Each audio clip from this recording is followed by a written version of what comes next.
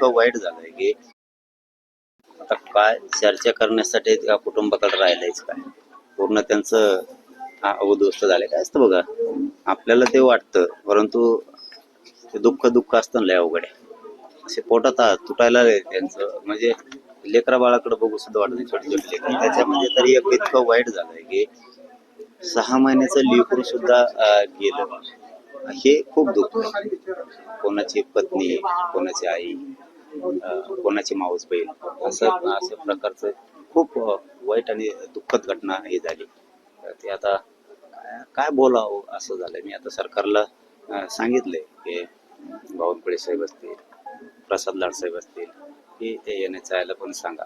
कुटुंबाला आता माणसं तर परत येणारच नाहीये, परंतु त्यांना भरीव मदत सरकारकडून आणि येण्याच्या याकडून सुद्धा होणं गरजेचं. त्यांनी सांगितलं की मी आता नितीन गडकरी साहेबांना त्या विषयात बोलतो आणि आमच्या सरकारच्या वतीनं भरीव निधीसाठी पण बोलतो. आणि दुसरा विषय महत्वाचा होता की त्या विहिरीवाल्या मालकांना सुद्धा खूप वेळेस जणू कलेक्टरांना निवेदन देऊन सांगितलं होतं की असा असा प्रकारे इथं कठडा नाहीये किंवा त्या रोडच्या चुकीमुळे अशा गोष्टी काही व्हायला लागल्यात.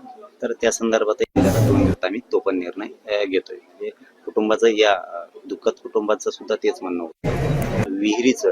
विहिरीमुळेच झालंय. किमान आमचं कुटुंब गेलंय, इथून पुढच्या कुठल्या कुटुंबात जाऊ, किमान त्याचा कठाडा वाढवणं किंवा त्याला बुजवून टाकणं, दोन्हीपैकी काहीतरी व्हायला पाहिजे. ते पण सांगितलं, म्हणजे 2 दिवसात तो पण निर्णय आपण करतोय. पण हे खूप वाईट झालं.